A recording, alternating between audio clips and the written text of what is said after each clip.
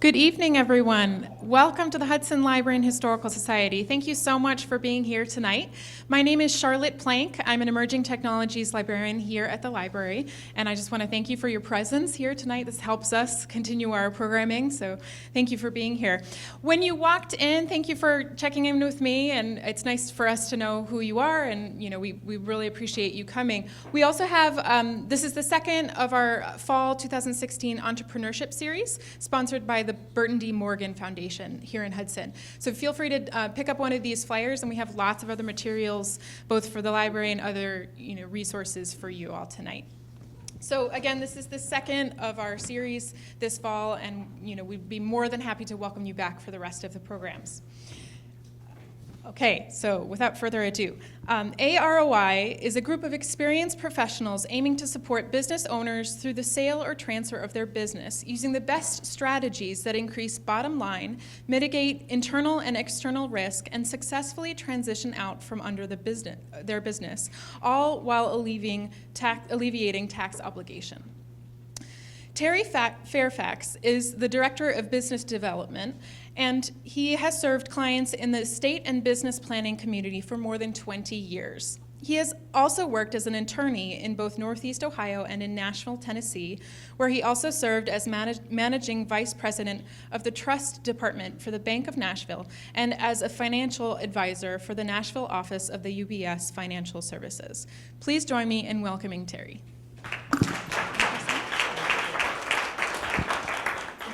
Thanks a lot. Can you hear me if I just stand here normally and speak in a normal voice? Thanks a lot. I'm so glad you're here. Thank you so much for being here. It means a lot, and I had no idea what to expect coming in.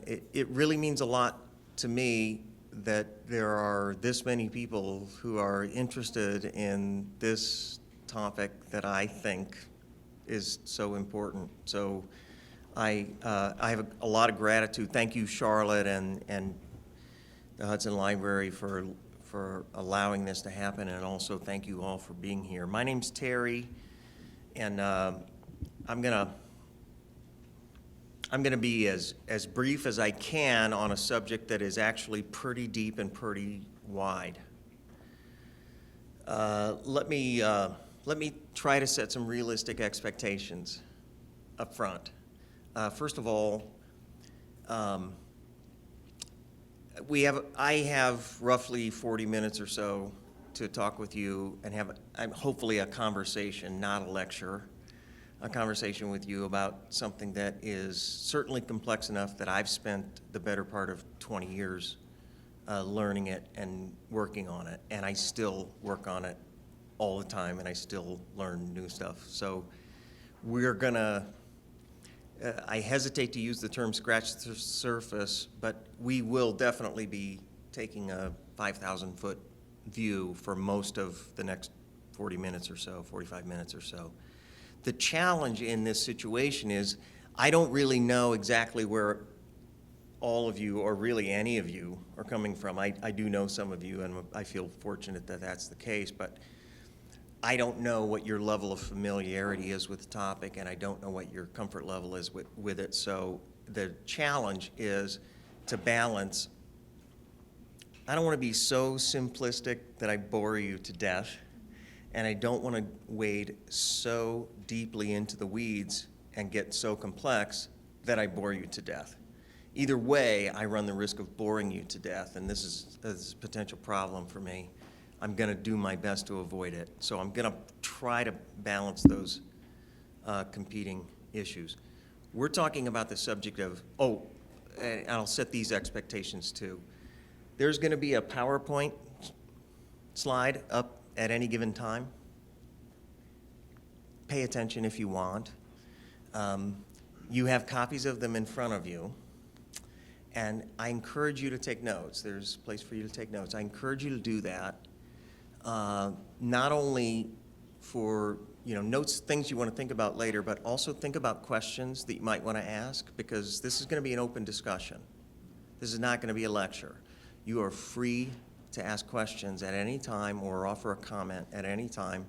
Feel free to do that.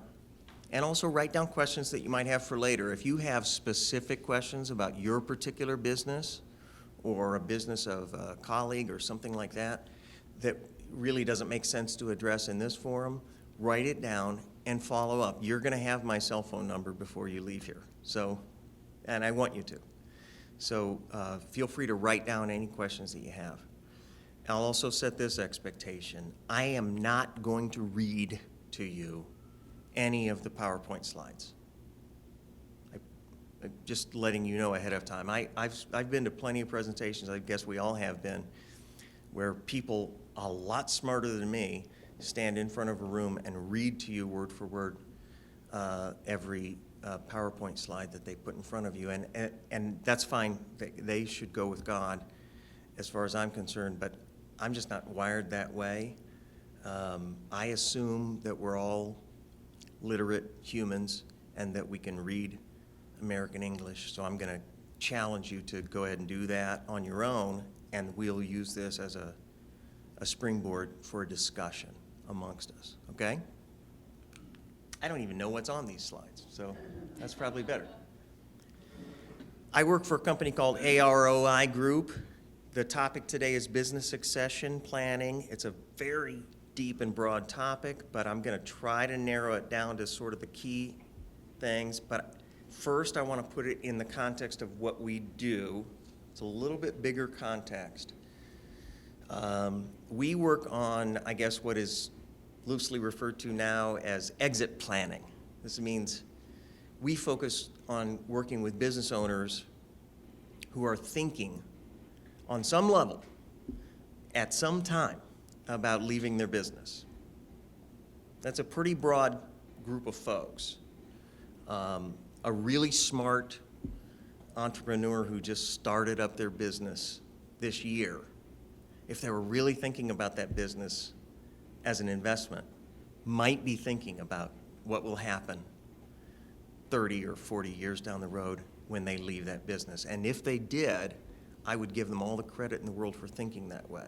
I think it's absolutely the way that business owners, this is an investment, and that's the purpose of this slide. Anybody who starts a business or invests in a business does this, pours so much of themselves into the business, their life, your life.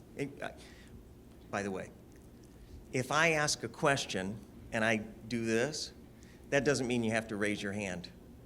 I just do that out of habit, but sometimes I do that. I'll say, oh, like, anybody here own a business? Yeah. You don't have to raise your hand or anything. I don't want to embarrass anybody. But if you give me some physical sign, a nod or a blink of your eye or something like that, that would help me so that I can get to know you better. But the point is that business owners do this.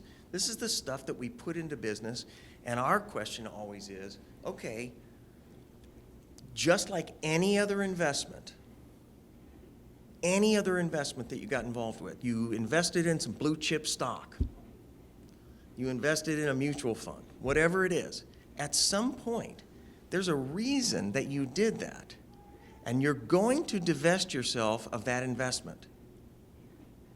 You're going to separate yourself from that, and when that happens, what is your return going to be? And for business owners, this is a challenge, because in many cases, particularly for small business owners, that is the largest investment of your life. That's if you think of your portfolio that way, you've got your home and your business and maybe a few other things. And for most small business owners, that's the portfolio. So our focus is, how do we get the ROI on that part of your portfolio when you decide to divest yourself of it? That's what we spend day and night, and probably way too many nights thinking about. These are some facts that I think are relevant. Take a second. What it basically says is, I just had this conversation with somebody who's here, who's in a multi-generational business. Businesses tend to go by the wayside. And I think we're in a new era here where we can start thinking about this differently. And there was a time not that long ago, and in some cases it still happens, where people would just liquidate their business at the end. I spent my whole life building this business, and I'm just going to sell the equipment, and I'm going to take the money and go home. We're really hoping that we can help business owners do something better than that. And I'll tell you why in just a second. This is going to seem like it's a little bit out of the blue on the topic, but it's not, and I'll explain why in a bit. But it basically says there are a lot of folks, including business owners, who have no plan whatsoever in place for what happens when they die. None. I worked on a case late last year. There's a fellow who was in fourth stage cancer, and it was a deathbed planning situation. Relatively young guy, but he was stricken with cancer, and he wasn't going to get through. It was done. He was going to die, and his wife was a friend of a friend of a friend, and so I got called in to literally go into the hospital and help him out. And he had no will. He had 2 young children from a previous marriage.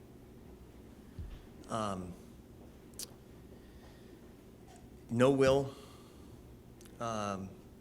It turned out I ended up being able to get that straightened out, and no way for his current wife, his second wife, to be able to sort of legally have authority to continue to have interaction with his children, and they were very close. And even we went through doing an insurance audit, and it turned out that we found a life insurance policy that the beneficiary was his first wife. He hadn't gotten around to changing it. That seems like an extreme example, but it's one that I actually ran into late last year. And the point of this is simply to say that if a business owner hasn't given sufficient thought to their estate plan, then it's very unlikely that they've given sufficient thought to what I would consider their exit plan or their succession plan. And particularly if they have minor children, this is critical. Just letting you know, this is way beyond urgent.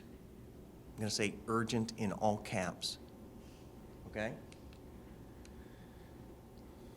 Most business owners don't have a plan to exit their business, and that's a problem. And I think the big reason that that's a problem is because every business owner does exit their business. We know this for sure. We have good statistics on this. In fact, historically, I think if we really wanted to set out to prove it, it would be really easy. Every business owner throughout history has exited their business, and everyone from now on will exit their business. The question we encounter and try to deal with on a regular basis is, how would you want to do that? And this is an important question. You're going to exit. Here are some really common ways that folks exit their businesses. And it's sad, but it's true. Death or disability. Gosh, here I am reading a slide. Sorry. I told you I wouldn't do that. These are real reasons that they do it.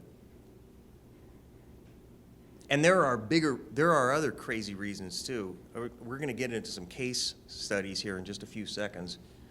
You're not going to believe some of the ways that people end up exiting their business. But this is fairly typical. And what we're hoping for, what we're shooting for is that with our clients anyway, and anybody that we can possibly influence positively, leave your business in the way that you want to. Design your exit plan. Design your succession plan so that it happens the way that you want it to. You get hit by a bus, that stinks. I get it. But if you had a plan in place that would cover that so that your business could survive and thrive anyways, you're a lot better off. Same thing with your estate plan, right? You get hit by a bus, that's a horrible thing. But if you have a plan in place, your family can survive and thrive. If you don't have a plan, sorry, you're in a tailspin, and they are too. And the people that you're not taking care of, that I'm not taking care of as a business owner, if I don't do this planning, are my employees and my family. And these are the people I care about the most. I know that for sure. I'm looking at a couple of business owners here who I know very well and who care a lot about their employees. These are the people we care about. That's why we're doing this. Here's what I think a designed exit plan means. And we're here to talk about one aspect of this. So let me give you a little bit of background about how we do this so that it puts it in context. Succession planning is one very important aspect of this broader topic of exit planning. And I'm going to, without having a board to draw on, I'm going to try to give you an idea of how we approach this so that you understand how succession planning fits in. We meet a business owner at some point in time. That business owner has been operating that business for some period of time. Maybe that business owner is thinking, maybe, a little bit, about a date in the future, 3 years, 5 years, 10 years, 20 years down the road, when they think they might want to exit that business. In whatever way. They may want to retire and just go home. If it were me, I retire, I go home, I play the piano and hang out with my mate. That's how I would spend my time. Some people, maybe they're going to exit the business and go start another one. Other people are going to go play golf or get on their boat or whatever it takes. They're thinking about that in the future. What we do is think about what can we do between today, when we start talking with you, and that time in the future so that you can actually maximize your return on your investment of your business and make as much as you can reasonably and legally and ethically on your sale of your business so that you can support your goals for the rest of your life, because that's not the end of your life. That's the start of a new life. When you leave your business, when I go home to play the piano, I'm going home to be blissful. When a client of ours goes home to start another business, that's good. They're going to be blissful doing that, but we need to make sure that when they exit their business, when they sell their business, they're set up to do that. And we need to understand what those goals are and help them get there. That's the overall structure of how we do this. I'm not going to waste your time on this. You probably know this. There's a bunch of people who are typically involved in trying to pull off this kind of planning, and I haven't met all of you, but I'm guessing that everybody in the room could tell me who these folks are, so I'm not going to waste your time on that. But I do think this is important, and in your packet, at the end, you have an article from Forbes that really goes into some detail about this, the timing of when you start doing this kind of planning. We really encourage it sooner rather than later. In fact, we even have started a sort of a small offshoot program just for startups to help them as they're getting started up so that they can think about their business right from the beginning with the end in mind. And we think the sooner that you start thinking about this, the better. And part of that is because of this.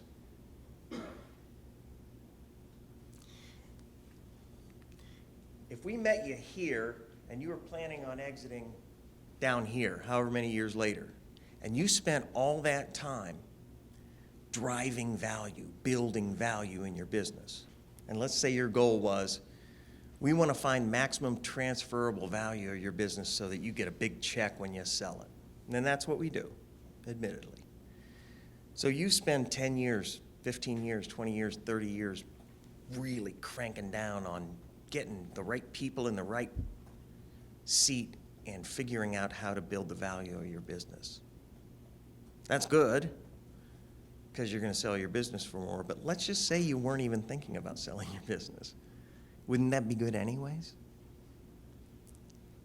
Wouldn't it be a good way for you to spend your time anyways? Building value in your business? All the things that we would do normally to build up transferable value for your business are things that are good for a business owner to do anyways, whether you're thinking about exiting or not. That's the point of this. So start now. Why not? Now we're into succession planning. Here are the key issues. I suspect you all come here with some background knowledge of this, but let's assume that that's not the case.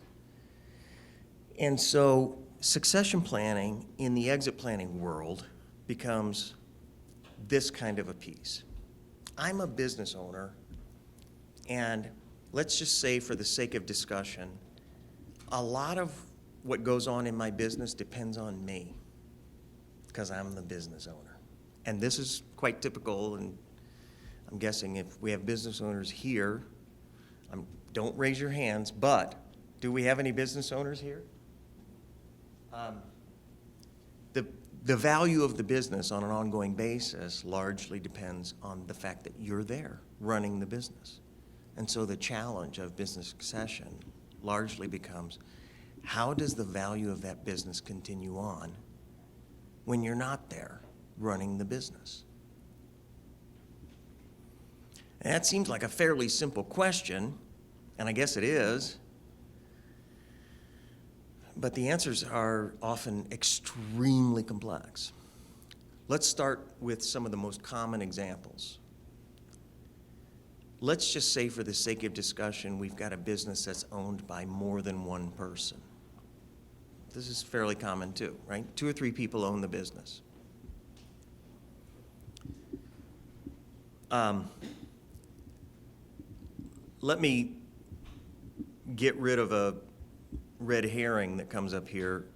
Sometimes we talk about business succession, and sometimes we talk about business continuity as 2 different things, and we can think of it that way. Usually, if you read about that in that context, business succession is this planned thing that we do, that we come up with and we figure out how to make it work. And business continuity is planning that is supposed to cover for when somebody dies. Some tragedy happened, some catastrophe happened, somebody died or became disabled. I'm going to roll that all into one for the sake of this conversation, because as far as I'm concerned, we have to plan for both of them in every instance. We always have to do that. Look, I don't know when I'm going to die. I'm going to be on the road. I'm going to be on the road from here to Akron after here. Okay. I may die or become disabled. And that's just the beginning. We had a case, we just worked on a case earlier this year where there were 3 shareholders that had inherited the business from their previous generation. This is a 100-plus-year-old business, 3 shareholders. And one of the shareholders was convicted of a serious felony. Just tossing this out. And this was a company that had to file significant federal regulatory paperwork every year, had to be renewed every year, their federal regulations.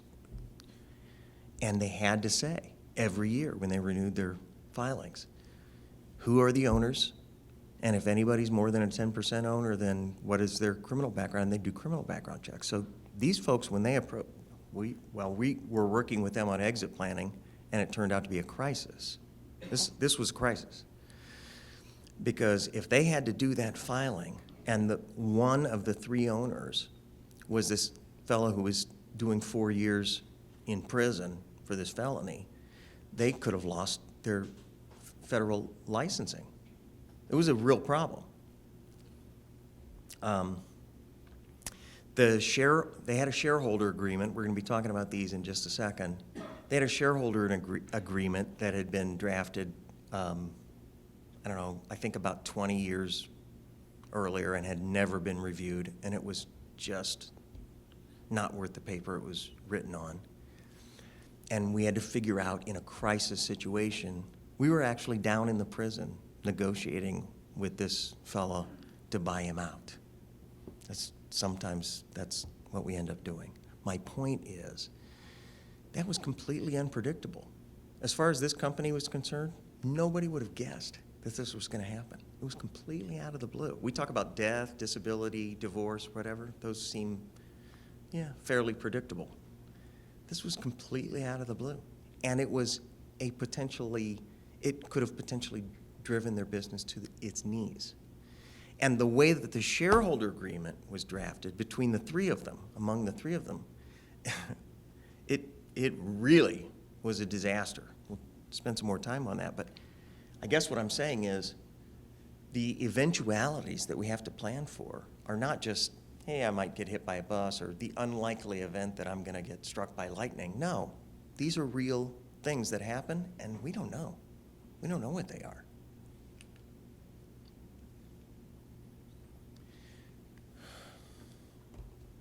In our world, the exit planning world, the key here is making the business such that it can succeed me as the owner and it still has value. Now, if you don't want to get any value out of your business when you leave it, maybe this is the moot point for you. But it seems to me like most of us in the 21st century, when we leave our business, we'd love to get some value out of it, out of all the hard work that we've put into it. And if we're going to do that, in most cases, the key element is the business needs to be able to succeed without me being there. So I need to have the legal documentation and the financial structure in place, and also the management team in place that can happen. That's really the world that we're dealing with here in terms of succession. All these questions start with, if you died, but you could replace the word die with became disabled, or replace the word died with were incarcerated, I guess, in my example. All of these questions apply. So here's how we think of it in the big process. This is the big context, so I'm going to skip through it pretty quickly and drill down on succession. But typically, this is the way we think about the process of exit planning. You got to prepare, and then you're going to sell or transfer your business. You're going to sell it to some outsider, or you're going to transfer it to an insider, let's say, family member or a key employee, and then you're going to live your life after that. That's the process. In preparing it, we go through the process of valuing the business and figuring out what it's worth to transfer. And that valuation, anybody here familiar with this process? Having a business valuation, right? So you have somebody come in, do an in-depth study. We do this all the time. Figure out what your business is worth. And in a lot of cases, what this boils down to is somebody says, this is what your business is worth. And then business owner says, okay, well, that's what I'm going to sell it for. And we don't think that makes a lot of sense. It seems to us that's just the starting point. The valuation says not only here's what your business is worth today, but here's why it's worth that today. It's worth that because your business does this, this, this, this, this, this. And it could be worth more if it did this, this, this, this, and this. Does that make sense? Is everybody with me on that? I mean, the business valuation should say, in our case, it always says, here's what, if you sold this business in the market today, here's what it's worth. And here's why. You've got EBITDA, whatever. Here are your gross profits, here are your cash flow, whatever, however you want to measure that.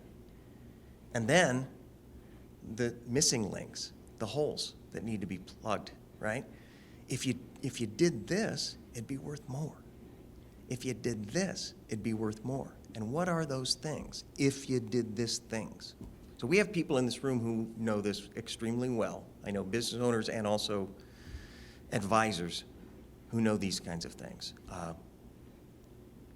if you're not managing your risk properly, you don't have the proper insurances that you should have in place, or you're wasting your money on crazy insurance when you could be smarter about it. These kinds of things add to the value of the business. Do you have a buy-sell agreement in place or some kind of business succession plan in place so that if you die or become disabled, it's going to continue, the business is going to continue on and be valuable? And that is part of the transferable value of the business. You understand what, if you understand what I'm saying? If a buyer's looking at the business and thinking about what's your business worth, and they look at it and they say, well, your business is worth $1 million today. And if you died tomorrow, your business is worth nothing. So I'm not really all that incentivized to buy your business. I don't think your business is worth all that much. I mean, does that make sense? I'm not overstating that, I don't think. This is obvious. So business succession becomes part of this business valuation process and figuring out from a buyer's perspective what the business is really worth. Make sense? You can ask questions anytime. Go ahead, Ron. I was going to add something that big focus is on the ownership, but we also look at the key man aspect. Absolutely. You have an important employee that's essential running your business, being an engineer, architect, whatever. That person passes crap on our own. That's exactly right. And up to now, I've been focused just on business owners, and we're going to spend some time on that. But and I'm glad you brought it up, because that is, no, that's key. No, that's really important. So all these, in fact, what you could do is you could translate these questions. If I went back a slide. If you die before your planned exit, I'm asking these questions about the business owner. All of these questions also apply to key employees. If you've got, I'm dealing right now with a business that has the two non-owning key employees of the business really do most of the business. The business owner happens to be a really smart guy who works on the business. He's not really involved in working in the business that much, and I applaud him for that. But he's got two key employees who really carry the business. And these questions, you could just swap out that and say, if your key employees died or left the business, how would that affect the business? Exactly the right question to ask. So all the questions that we go through here in the next few minutes, good.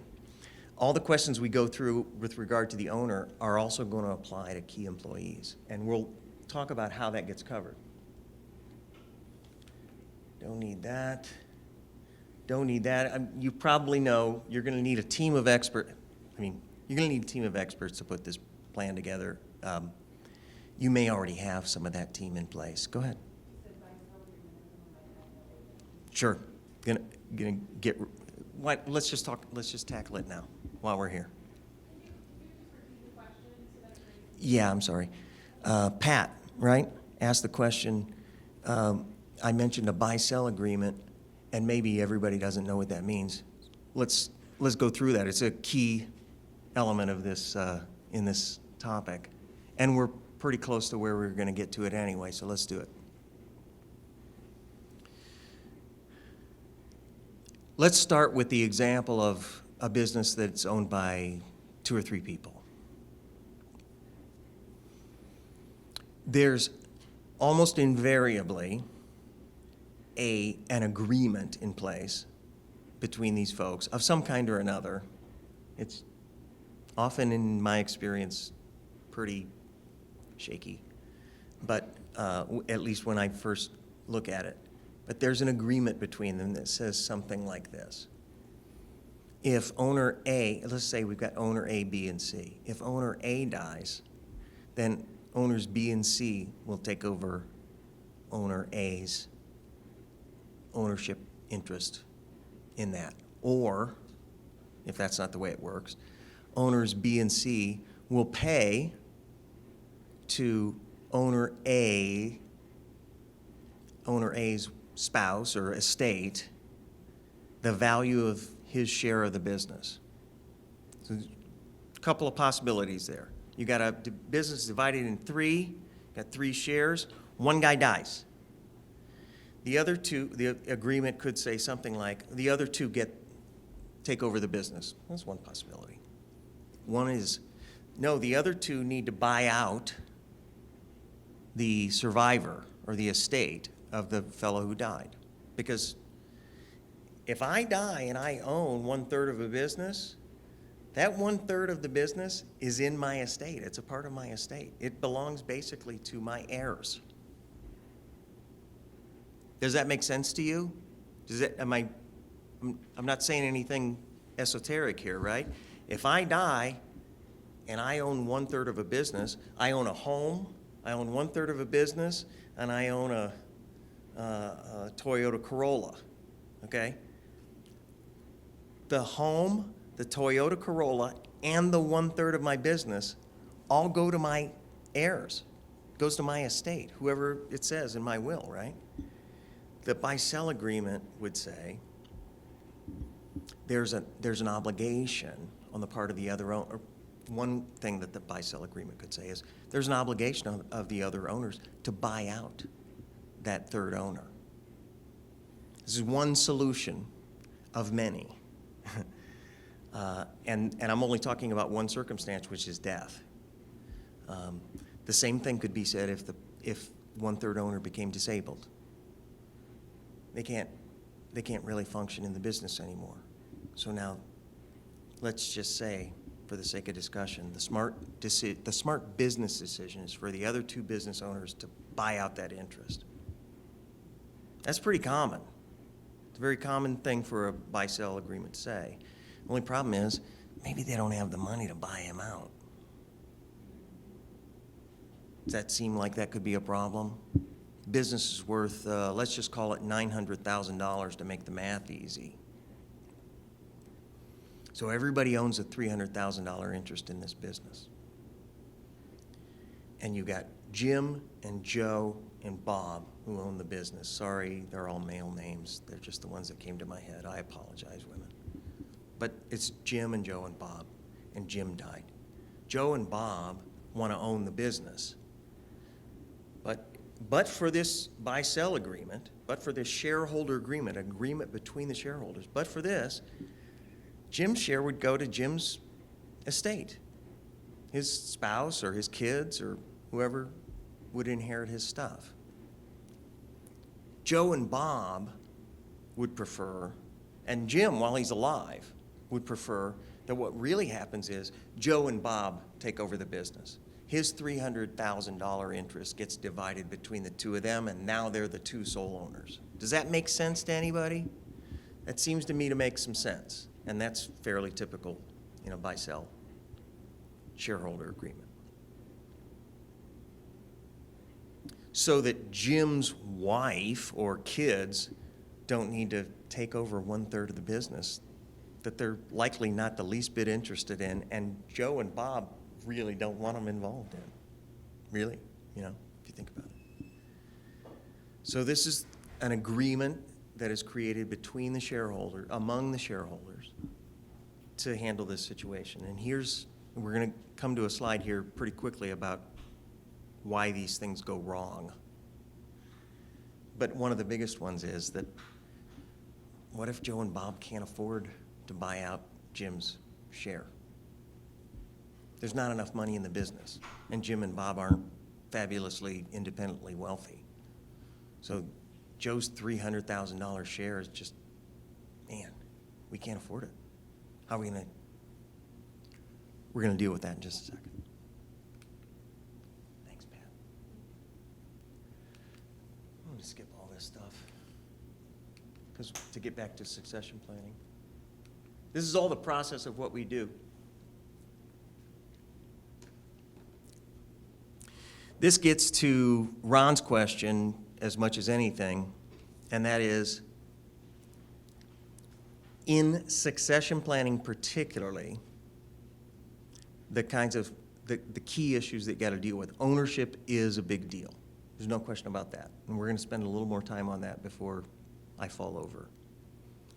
And we're also going to spend some time on these questions, which mostly have to do with, do you have the right people in place in the business to make sure that it will continue on, that it can continue on and thrive?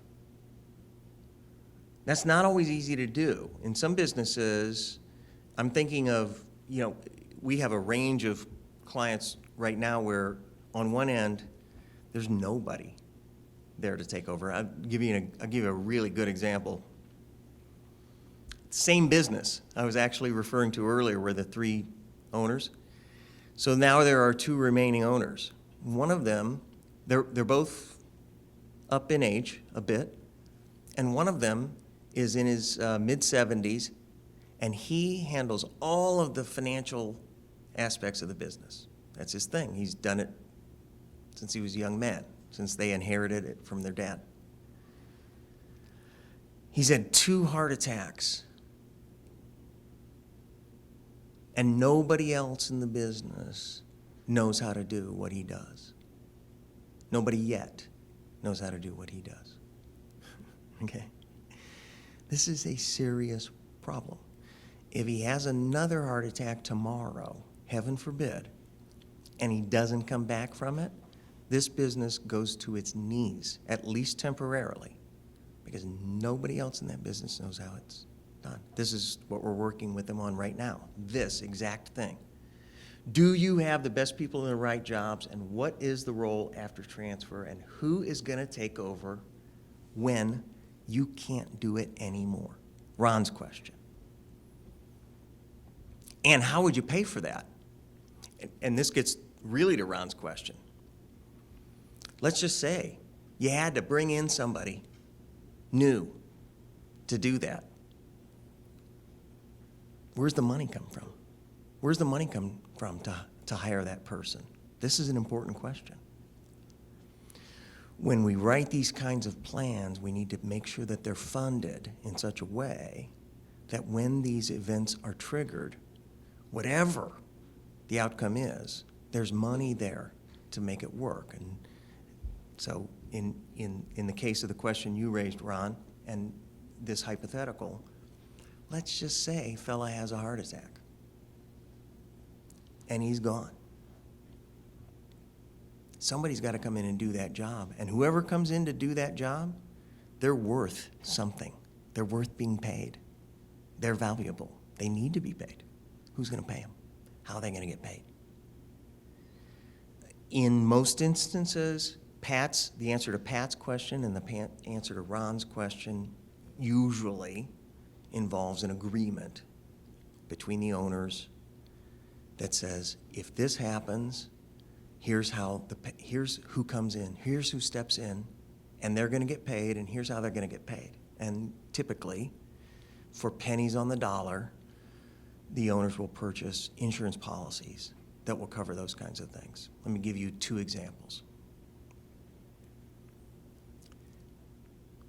3-owner business, same one I talked about earlier. Everybody owns $300,000 worth.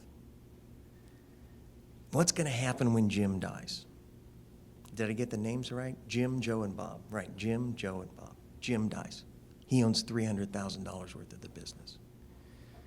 Nobody wants Jim's family coming in as a co-owner of the business, so Joe and Bob want to buy him out. But they don't have the cash, and the business doesn't have that kind of cash flow. But fortunately, they have an agreement in place, a shareholder agreement, BuySell, we often refer to it as, that says, if Jim dies, Joe and Bob are obligated to buy his share, or at least they have the first right to buy his share of the business, and we're going to fund that agreement with an insurance policy, or actually in this case it would be 3 insurance policies, one on each life, that covers the value of their share.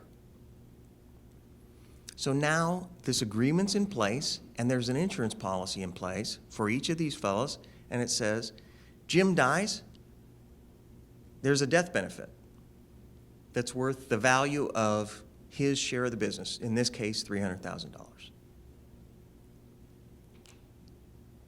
that money gets paid out to his heirs so that Joe and Bob can continue on with the business and own it. That's how it works. And the same thing happens for a key person. A key person has to leave for whatever reason. A key person dies. You can actually get, this is so cool, actually, that we live in the 21st century where you can do this. You can get an insurance policy on the life of a key person in your business that says if that key person, for whatever reason, disappears, they're gone. They've died or whatever. The business collects X number of dollars in order to cover the costs of him missing or her missing. That's really good. And you can do that pretty inexpensively these days. It's a really good deal. But you got to plan for it. You got to do it in advance. Here's the worst thing you want to find out. Jim died and you didn't do any of this. Then you're in a mess. If Jim died and you have the buy-sell agreement in place and you funded it with the insurance policy, this is Joe and Bob and Jim's family are going to be just fine. Yeah, Pat. You're funding that with life insurance, but what if it's disabled? Do you buy disability insurance then too? You do, and I'll be the first to admit to you, the farther we drill down on these agreements, and particularly the farther we drill down on the terms of the insurance policies, I'm going to be the least likely person to be able to give you the details on that, just because I tend to operate at about 5,000 feet. There are people in the room who do this every day who could give you the extreme details of the insurance or the legal provisions that go into that, but that's exactly the way it should work. That the three owners get life insurance and disability Sure. insurance on each other. They're the owners Well- of each other's policies or something like that. I'm not making a recommendation on a hypothetical. I'm saying that this is very commonly how it works. And the agreements typically cover death and disability. And sometimes that's not enough. We're going to go through, gosh, I've already taken up so much. Okay, just got a few more minutes. I apologize. Here are some of the holes, and actually Pat's question raises them. Sometimes when we put these plans together, let's say we've got this great shareholder agreement, and we've got it all funded with life insurance and disability insurance and all that kind of stuff. And that seems like that should be enough. I think there are still some problems. Some of them they're related to Ron's question, which is, how do we make sure that we've got the right people on the right seats on the bus to manage this thing? The people who are there now may not be the right folks. In some cases they are, but in some cases they're not. And how do we manage doing that? We need to have a plan for that.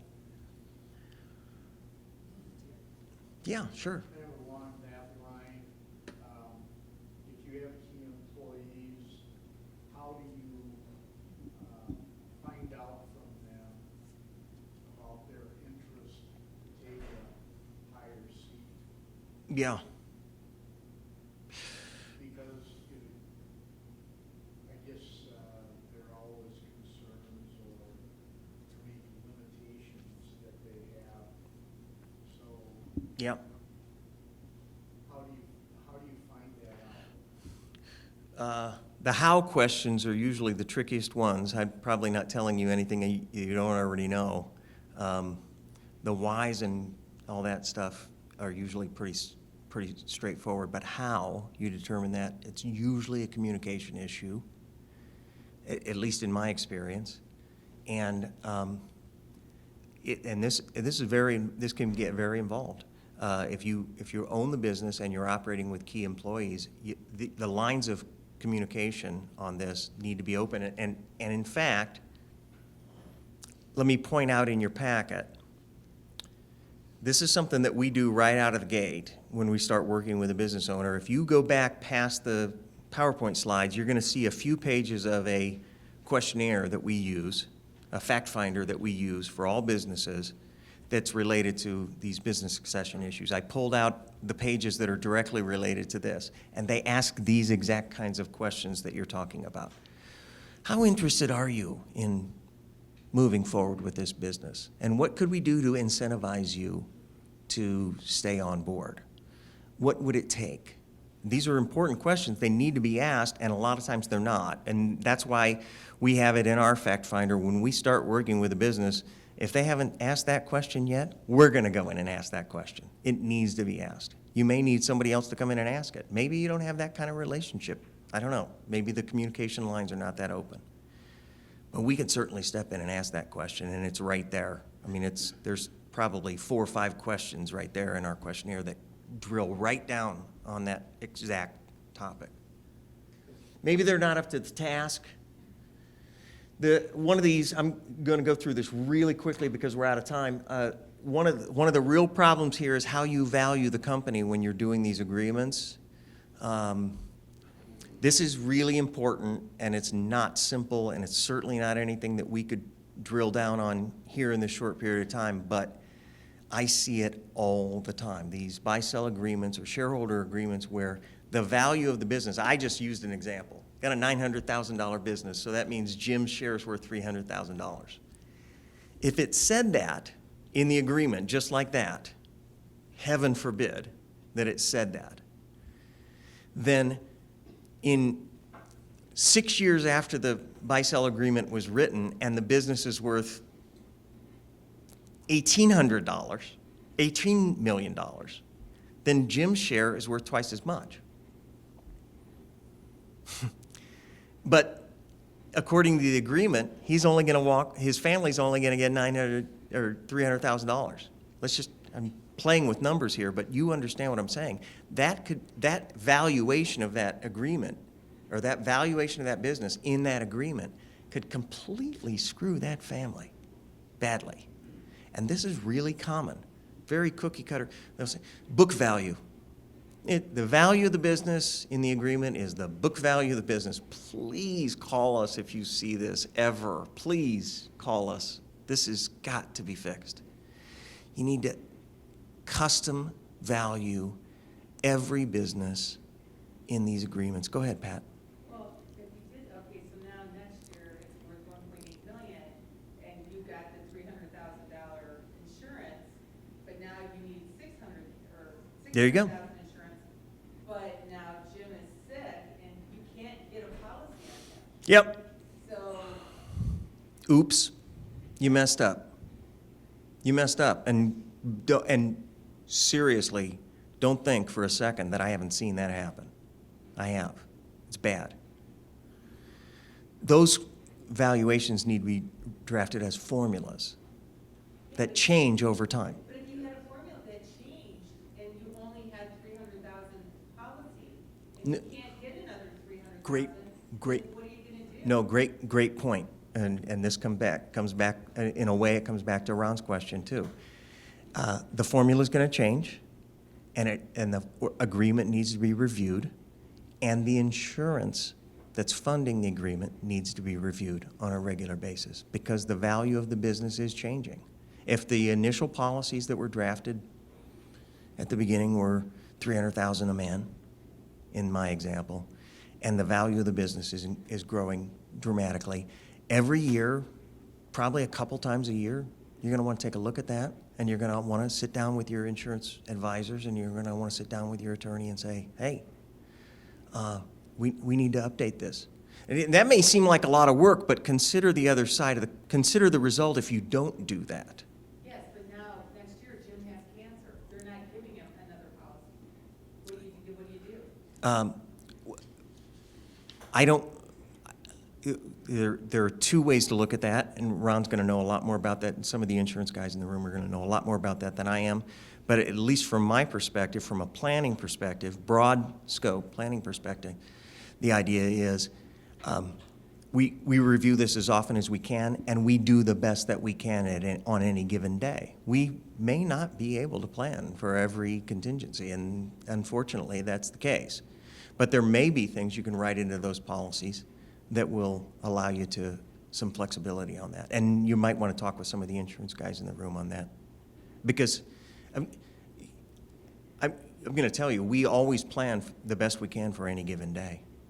And, you know, it's funny, I spend a lot of time talking with people about, let's make sure we have a plan. Let's make sure we have a good plan. In most cases, I'm talking with people who have no plan.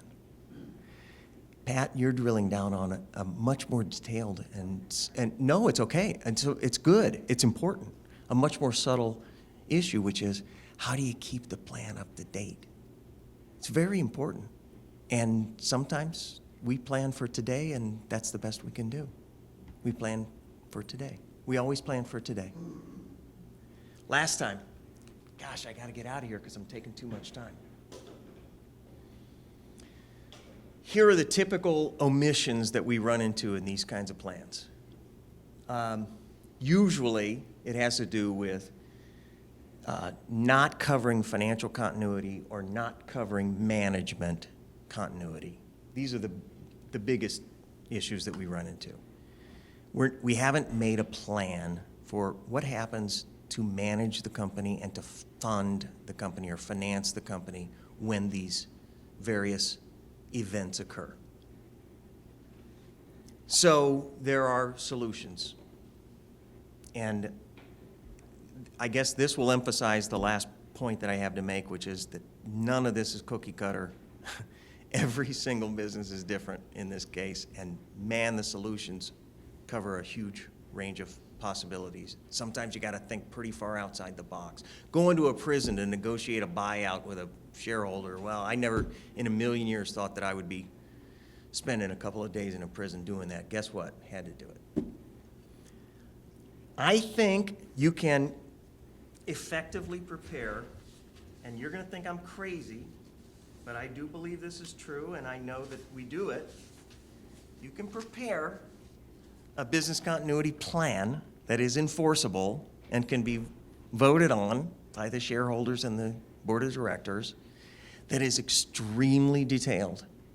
The reason this came up and the reason I feel so strongly about it is it came up in the context of disaster relief. People come up with disaster recovery plans, right? You familiar with these? Any business owners? Very detailed. Here's what happens with the IT. Here's, you know, I'm just looking at the various topics here. It's crazy the things these people come up with. Disaster. What is a disaster? What are the team members' responsibilities? This is probably a 30-page example of one of these. But you can do this for your business, and it's not a waste of time. In fact, it's probably a really good use of your time, because it's not just about disaster recovery. It's a disaster if somebody dies, isn't it? It's a disaster if a key employee becomes disabled. That's a disaster. We should think of it that way, and we can plan for it. That gets approved by shareholders and directors. It's legally enforceable, and it's actually really important in my mind. Comprehensive estate planning, in my mind, is extremely important. Everybody involved should have an estate plan that's integrated with the business succession plan, and very often what's going to happen is somebody who's leaving the business, if they're doing it in a planned way, is going to stay on for some period of time as an employee or a consultant or something along those lines. But if you want to keep the key employees on, very often you're going to want to put what we loosely refer to as a stay bonus agreement, which says you're going to get a bonus of X amount percentage or whatever if you stay on for this period of time. This is so often overlooked, but it's so important to keep management continuity in place. I'm going to skip all this stuff about our process because I've taken too much time, and I hope I've answered enough questions, but if you have any more, I'm here. And I need to make sure that you understand that we are scratching the surface of a very deep and broad topic here. We're available anytime. If you take my card, you have my cell phone number. I don't bill for phone calls, so you should feel free to dial it. I don't bill for phone calls. Even when I was a lawyer, I didn't, believe it or not, I didn't bill for phone calls. Well, I'd like to sort of, if anybody has any more questions, this is the time if you wanted to ask any questions. I also wanted to just mention, we have our own little half-sheet evaluation for our purposes, also to hear from you what other programming we could offer for you. So I'm going to pass that out as you go. So if anybody, wants the microphone, you can go ahead and ask a question. I don't think I need a microphone. Okay. Can you just give me your background? I didn't catch that at the beginning. Mine? Yes. Personally? Yeah. Uh, And professionally. Sure. Born and raised in Akron, Ohio. I was a professional musician for the first 15 years of my adult life, including my most famous job. I was music director with the Cleveland Indians at Jacobs Field through 94 through 2001. I was the reason that they were successful, by the way. Just saying. 97, I started practicing law, primarily estate planning and business planning, and that's pretty much how I spent all of my time until I started doing what I'm doing now, which is just consulting in the same fields. Ran a trust department in Nashville for a while, did some financial advising for a few years with UBS, but basically I'm an estate and business guy. That's how I think. That's how I'm wired. And that's still what I do. I mean, I spend my free time playing the piano, but when I'm working, I'm usually thinking about estates and businesses.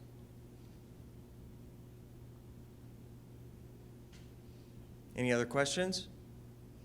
Sorry I went over time, and I apologize for that. I hope it's been valuable, but I hope more than anything, it's the beginning of a conversation so that you'll feel free to contact us anytime you have further questions about this, because there's a lot more about it. Thanks. Yeah, go ahead. I actually had one question. I am not in, the business world necessarily, other than, what brings, the business programming that I do here, helping out with the series. But I actually had a question that, might be obvious, but how important do you think this topic is when thinking about starting a business? When you think about the success of businesses, is there real? I mean, of course, there's probably data to support that either way, but is that really something you would recommend for just anybody in terms of starting at the end to even before you start a business? Yeah, so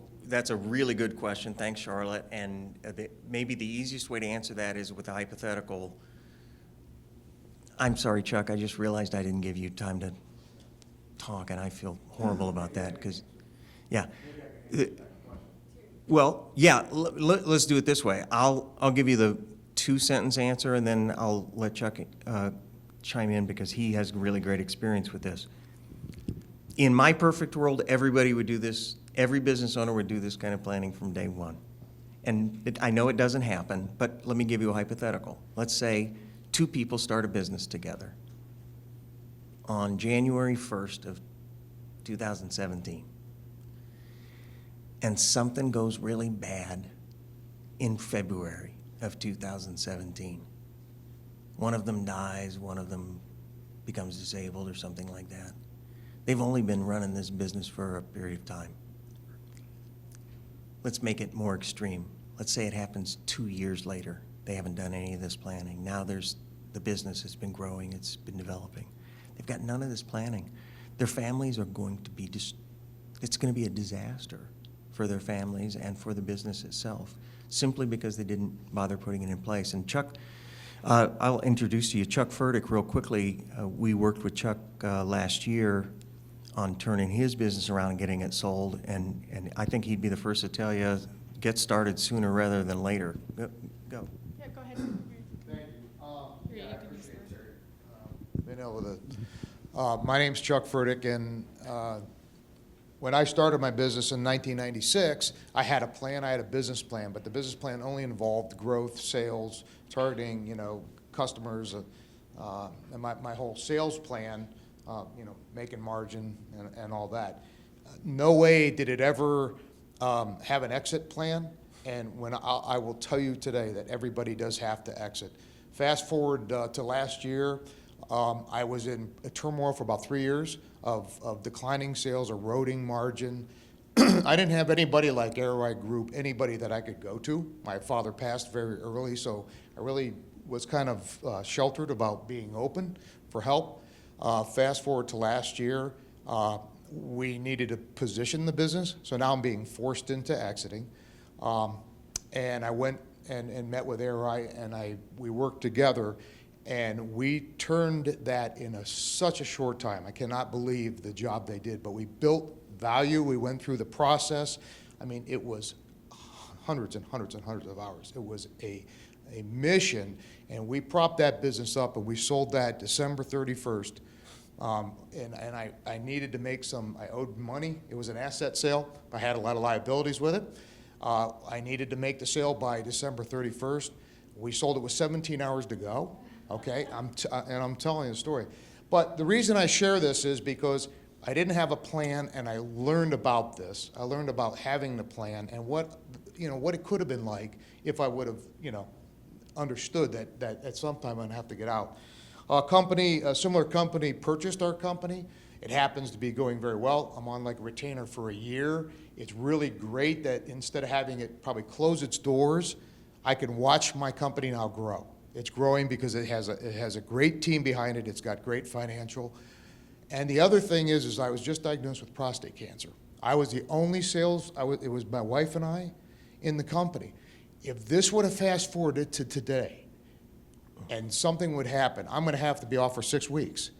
My company doesn't have anybody to go to, So, as I look at this, thank God, I met these folks, and I'm actually gonna be helping, go around and help other businesses share my story, so I can help you. So it doesn't matter whether you're small, it was a small company, or whether you're large. Start today. If you don't have a plan, please put something together, because I'll tell you what, you're gonna need it, and you're gonna be glad you did. So I appreciate you letting me share. Thank you. Any other questions? I'm gonna hang around for a little while, so if you have questions that maybe you didn't want to publicly, I should say, I'm gonna hang around for a while, so if you have questions that maybe you just didn't want to put in front of everybody, if you want to approach me about them, feel free, and if you have my card, you're gonna have my cell phone number, so feel free to give me a call anytime. Thanks a lot for being here. I really appreciate your interest. I hope I've helped. Thanks.